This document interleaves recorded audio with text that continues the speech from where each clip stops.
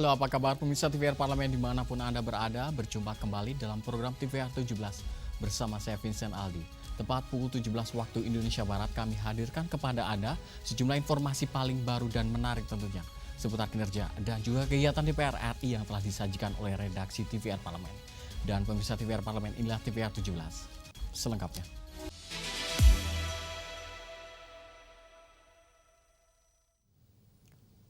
Anggota Komisi 2 DPR RI Taufan Pawe menilai optimalisasi PNBP di Kementerian ATR BPN masih rendah akibat lemahnya koordinasi Pemda.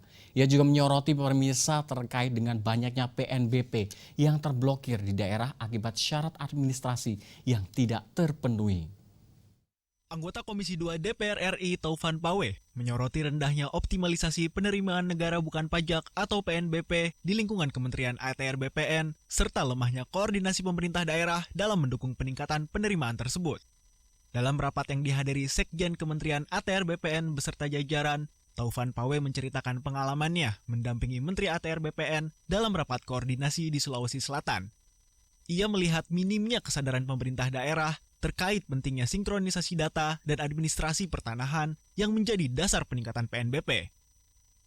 Saya coba fokus dulu Pak di Sulawesi Selatan. Di Sulawesi Selatan, PNBP yang terblokir itu sangat tinggi, 67%. Terblokir karena syarat administrasi tidak terpenuhi. Syarat administrasi tidak terpenuhi itu potensinya ada pada kantor, ada potensinya ada pada kanta-kanta yang ada di daerah. Tidak progresif, tidak responsif. 67%. Hanya 33% yang non-blokir. Nah, sedangkan Pak Menteri punya semangat bagaimana ATR BPN bisa memberikan kontribusi kepada fiskal negara melalui penerimaan negara bukan pajak.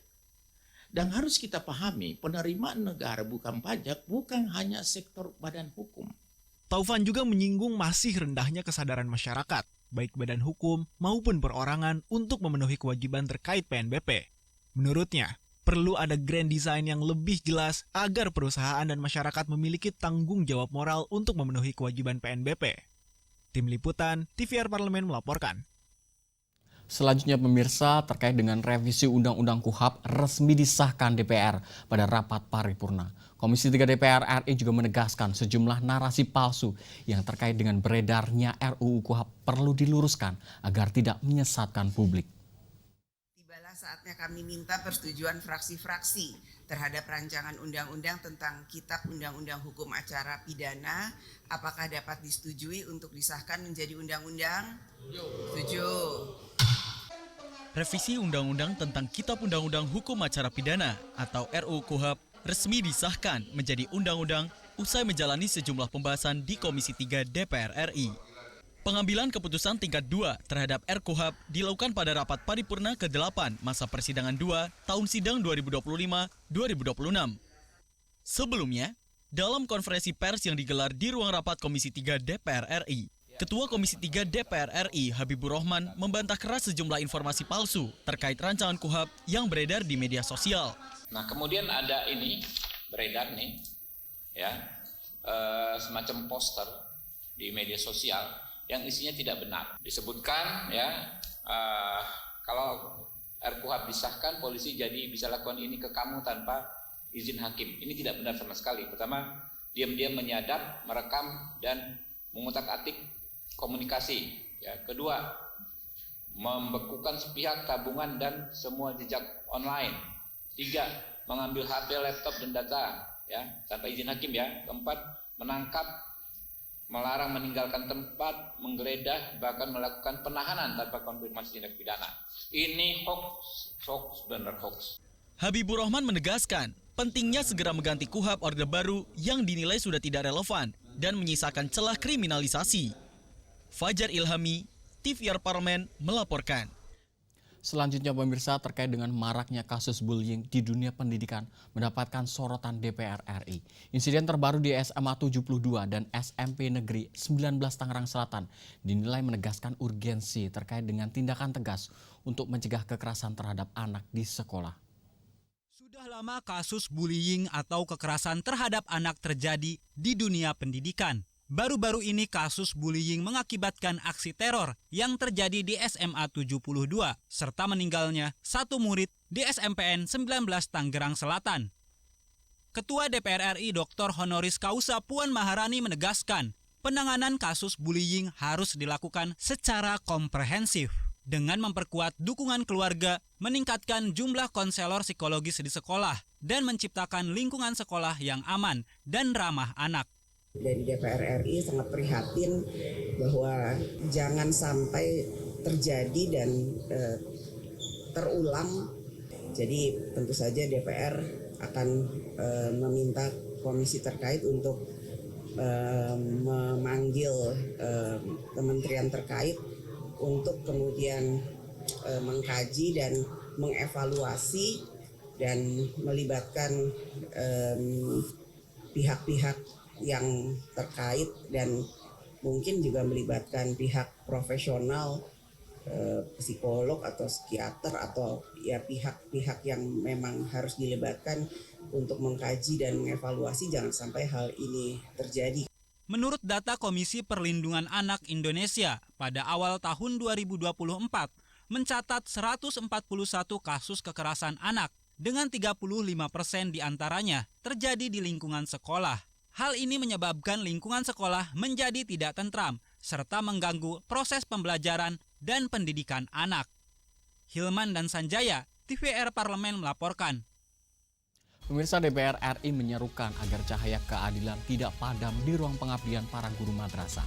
Dan di balik setiap generasi yang tercerahkan, terdapat pengabdian tanpa pamrih para guru yang selalu menyalakan obor ilmu dengan keikhlasan hati. Seperti apa informasi selengkapnya? Usai jeda, tetaplah di TVR 17.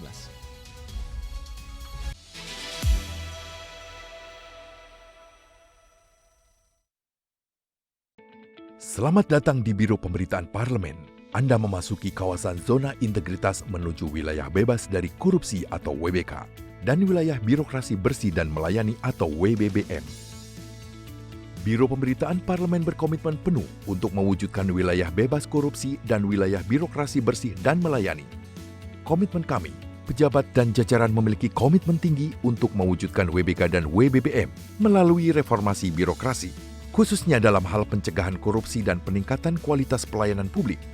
Kedua, bebas dari korupsi dengan terwujudnya wilayah bebas korupsi atau WBK, yang artinya bebas dari KKN, gratifikasi dan dari segala bentuk pungutan liar atau pungli. Terakhir, pelayanan prima dengan terwujudnya wilayah birokrasi bersih melayani, yaitu dengan meningkatnya kualitas pelayanan publik dan tercapainya kepuasan masyarakat terhadap pelayanan.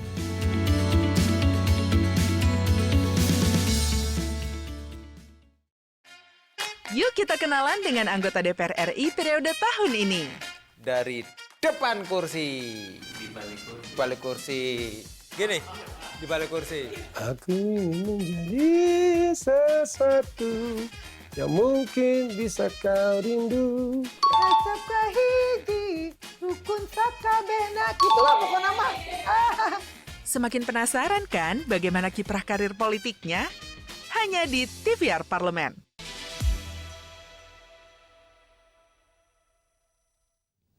Terima kasih Anda masih bersama kami di TVR 17 pemirsa.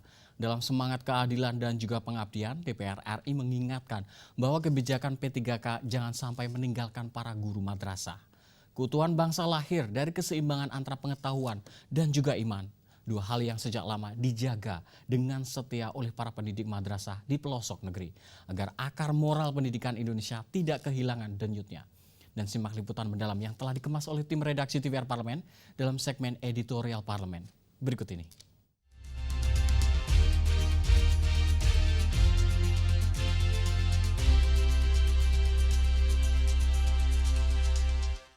Kami di sini bukan untuk dimuliakan, tapi kami ingin disetarakan. Kami bukan ingin dikasihani, tapi kami hanya ingin diakui. Dan kami bukan ingin dibedakan. Kami hanya ingin diperlakukan adil. Persoalan pengangkatan guru pegawai pemerintah dengan perjanjian kerja atau P3K hingga kini tidak kunjung usai. Pasalnya, Sejumlah guru dengan status tenaga honorer yang telah lulus seleksi P3K sesuai dengan capaian passing grade yang ditentukan masih tidak jelas nasibnya. Masalah ini juga menimpa guru madrasah yang merasa adanya diskriminasi dengan guru di sekolah negeri. Selain itu, terdapat penundaan pengangkatan untuk optimalisasi formasi dan penyesuaian jadwal, serta isu ketidakjelasan status dan pengabdian guru honorer yang selama ini sudah mengabdi. DPR RI menyikapi persoalan tersebut dengan berkomitmen menyerap aspirasi dari seluruh pemangku kepentingan, termasuk menerima aspirasi dari Forum Passing Grade Kementerian Agama Swasta dengan status P2023 yang artinya pelamar memenuhi nilai ambang batas. Tadi kita ketahui bahwa dari teman-teman passing grade tadi hadir di kita mengadukan nasibnya gitu kan, menyampaikan kepada kita sebenarnya bahwa mereka sudah mengikuti tes CP3K. Nah, ini kan harusnya menjadi perhatian khusus seperti teman-teman lihat tadi di dalam itu sudah ditunjukkan sertifikasi yang diterbitkan oleh BKN. Nah, ini juga akan menjadi masukan yang sangat luar biasa, nanti akan menjadi penyampaian yang khusus mungkin nanti di rapat dalam mitra Kementerian Agama bahwa kalau misalnya memang semuanya nanti harus diangkat menjadi P3K, mana lagi yang diprioritaskan? Adanya harapan besar sejumlah guru madrasah untuk segera diangkat menjadi guru P3K karena ada rasa memiliki hak yang sama dengan para guru honorer di sekolah negeri. Kebijakan yang harusnya adil bagi semua, ternyata kami hanya bisa melihat dari jauh. Teman-teman kami yang mengabdi di bawah naungan Kementerian Pendidikan, baik negeri, baik swasta, saudara-saudara kami bisa diangkat. Kami tidak iri terhadap saudara-saudara kami. Tetapi kami ingin keadilan. Kami ingin dianggap sama dengan mereka. Kenapa? Karena kami sudah memenuhi persyaratan yang negara minta, yang pemerintah minta. Syarat-syarat untuk diangkat menjadi P3K. Kami sudah penuhi semua. Pengakuan negara terhadap dedikasi para pegawai honorer di bidang keagamaan, khususnya guru, ustadz, ustazah, dan dosen yang mengabdi di lingkungan madrasah maupun universitas menjadi penting, mengingat urgensi peningkatan status dan kesejahteraan pegawai honorer tersebut sudah sangat mendesak. Tentunya kita juga mengharapkan ada kemudahan-kemudahan dari BAKN di dalam hal P3K daripada guru-guru agama itu sendiri. Ya tentunya kita mengharapkan ada penyamarataan karena mereka kan sama-sama kan mengabdi untuk bangsa negara ini. Ya, yang satu mengabdi di bidang kependidikan agama misalnya, yang satu lagi mengabdi di kependidikan umum. Ya itu harus ada penyamarataan karena mereka adalah bahagian daripada anak bangsa kita sendiri. Para tenaga pendidik agama baik di madrasah maupun di perguruan tinggi keislaman dinilai penting dalam membentuk karakter dan nilai moral generasi muda. Karena itu, negara harus hadir melalui kebijakan yang memberikan kepastian status dan kesejahteraan yang lebih adil.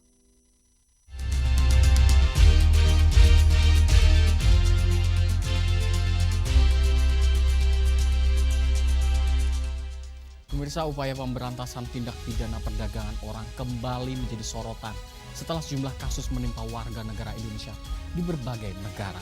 Meningkatnya pola eksploitasi, penipuan berkedok penempatan kerja, hingga jeratan sindikat internasional mendorong perlunya langkah mitigasi yang lebih komprehensif dan juga terukur.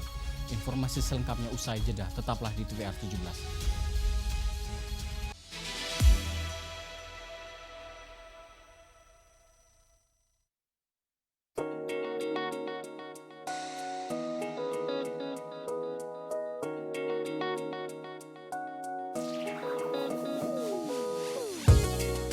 Kehadiran mereka tidak hanya mewakili suara perempuan, tetapi juga membawa perspektif yang beragam serta pengalaman hidup yang unik ke dalam proses pembuatan kebijakan. Saksikan Perempuan Parlemen hanya di TVR Parlemen. Selamat datang di Biro Pemberitaan Parlemen. Anda memasuki kawasan zona integritas menuju wilayah bebas dari korupsi atau WBK dan wilayah birokrasi bersih dan melayani atau WBBM. Biro Pemberitaan Parlemen berkomitmen penuh untuk mewujudkan wilayah bebas korupsi dan wilayah birokrasi bersih dan melayani. Komitmen kami, pejabat dan jajaran memiliki komitmen tinggi untuk mewujudkan WBK dan WBBM melalui reformasi birokrasi, khususnya dalam hal pencegahan korupsi dan peningkatan kualitas pelayanan publik. Kedua, bebas dari korupsi dengan terwujudnya wilayah bebas korupsi atau WBK, yang artinya bebas dari KKN, gratifikasi dan dari segala bentuk pungutan liar atau pungli. Terakhir, pelayanan prima dengan terwujudnya wilayah birokrasi bersih melayani, yaitu dengan meningkatnya kualitas pelayanan publik dan tercapainya kepuasan masyarakat terhadap pelayanan.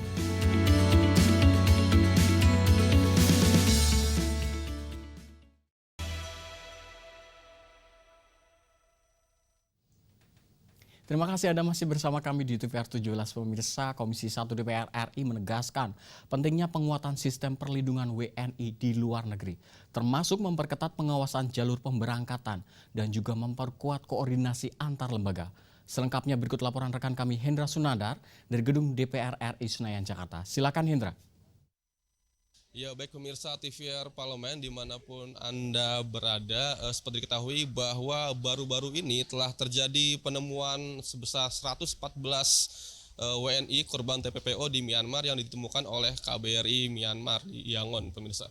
Nah, ini kemudian menjadi satu bola es yang saya kira perlu mendapatkan exercise dan perhatian dari Komisi 1 mengingat masih banyak potensi tindak pidana perdagangan orang di luar negeri yang masih belum teridentifikasi. Nah pemirsa, lantas kemudian seperti apa mitigasi dan juga catatan dari Komisi 1 terhadap isu TPPO ini? Saat ini kami sudah bersama dengan anggota Komisi 1 DPR, Bapak Oles Soleh dari fraksi Partai Kebangkitan Bangsa. Bapak, terima kasih atas waktunya, Pak.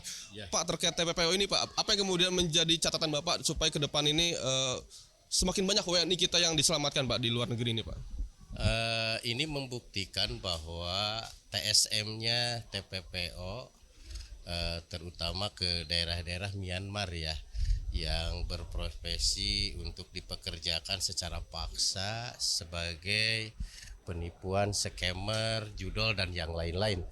Nah ini tentu merupakan alarm dan ini harus ditangani serius, tidak bisa hanya oleh Mendagri, ini harus semua pihak, antara kolaborasi antara imigrasi, kepolisian, kemudian Kemenlu, dan tentunya pihak swasta juga.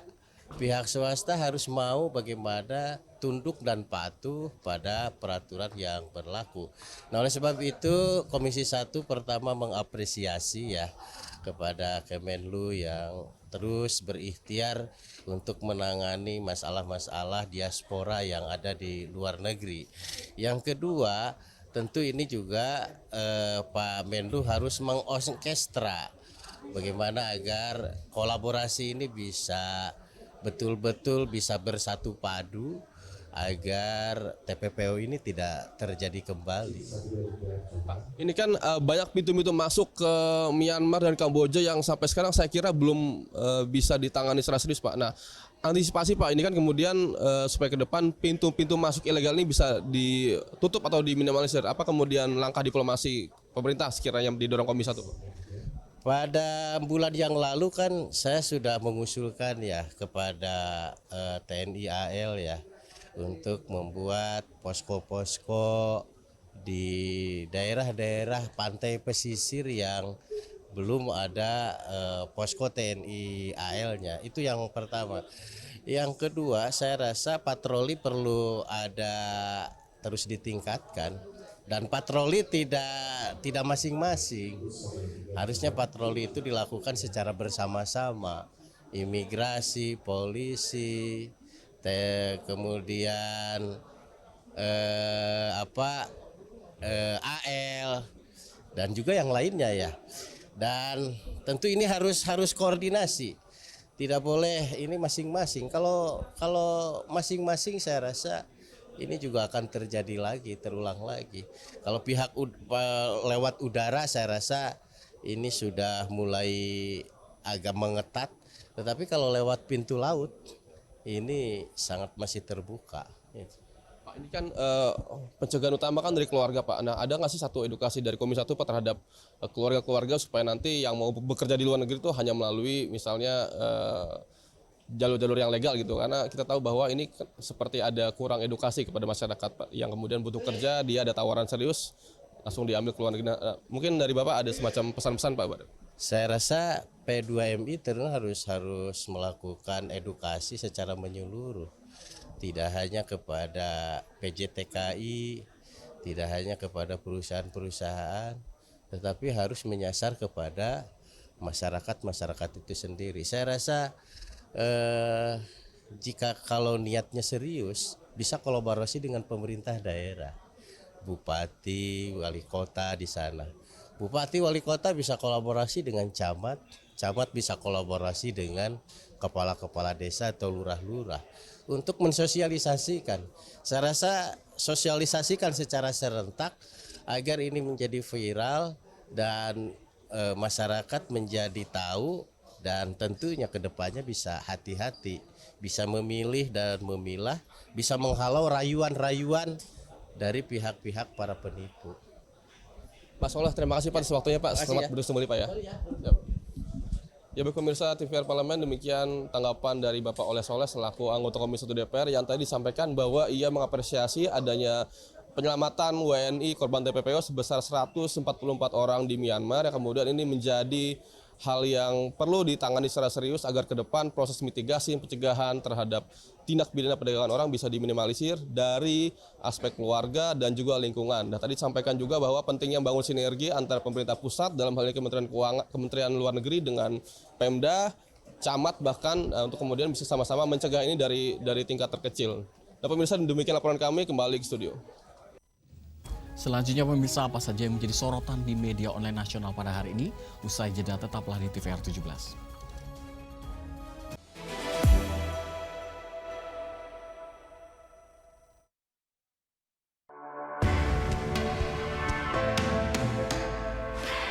Dari ruang sidang Senayan, Jakarta, menyajikan liputan langsung kinerja DPR RI.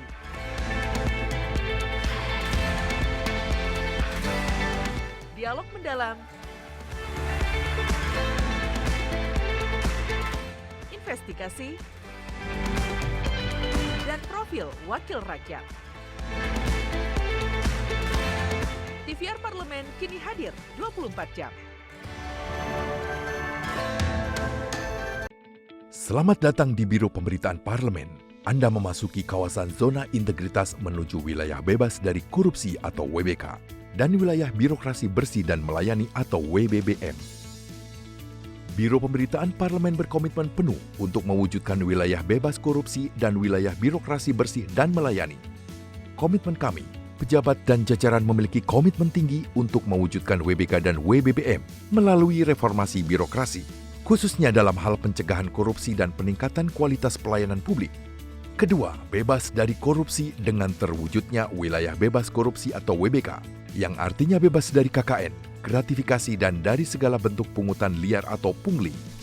Terakhir, pelayanan prima dengan terwujudnya wilayah birokrasi bersih melayani, yaitu dengan meningkatnya kualitas pelayanan publik dan tercapainya kepuasan masyarakat terhadap pelayanan.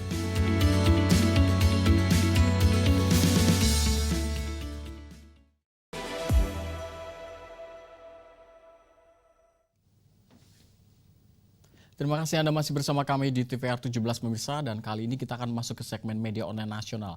Dan mari kita simak isu apa saja yang menjadi sorotan media serta tanggapan dari sejumlah anggota Dewan bersama rekan kami Nazia Sudija. Silakan Nazia.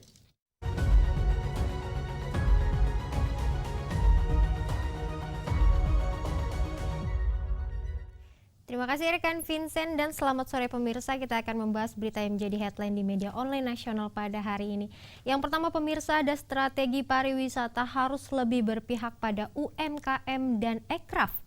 Dapat Anda saksikan di layar kaca Anda pemirsa.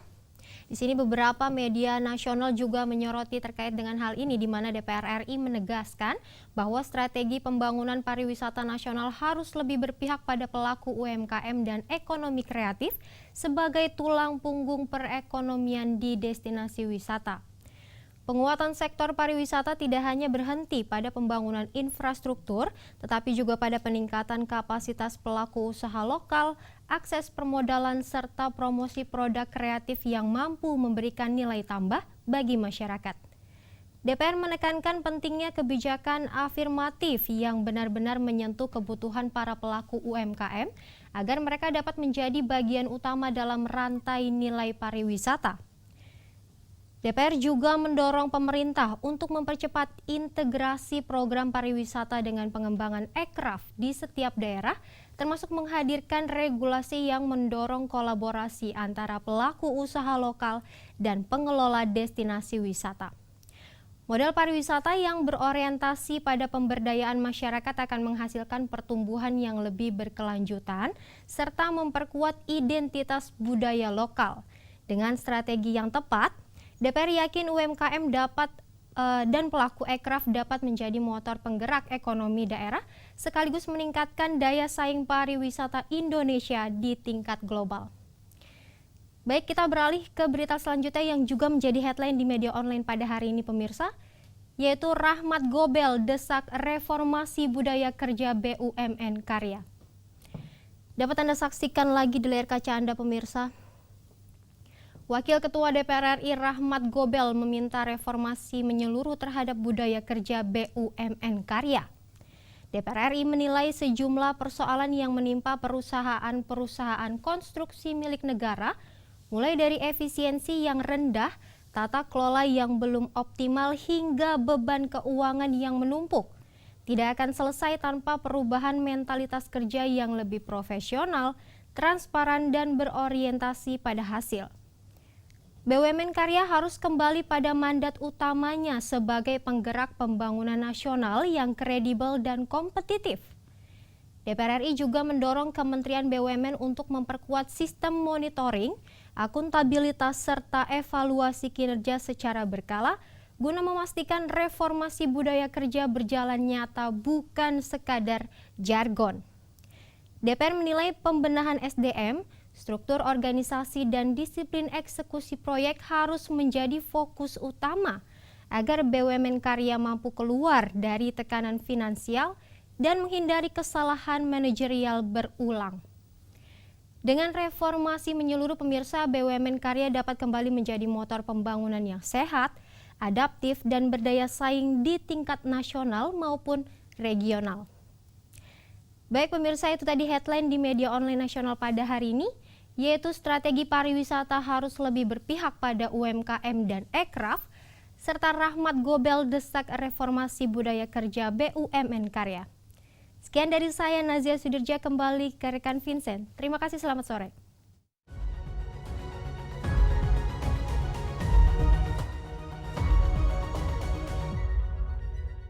Ya, terima kasih rekan Nazia yang telah menyampaikan sejumlah update sorotan dari media online nasional pada hari ini. Dan pemirsa, segmen media online tadi sekaligus menutup program TVR 17 edisi sore hari ini. Saya Vincent Aldi beserta seluruh kru TVR Parlemen yang bertugas mengucapkan terima kasih dan pamit undur diri dari hadapan Anda. TVR Parlemen, referensi Indonesia.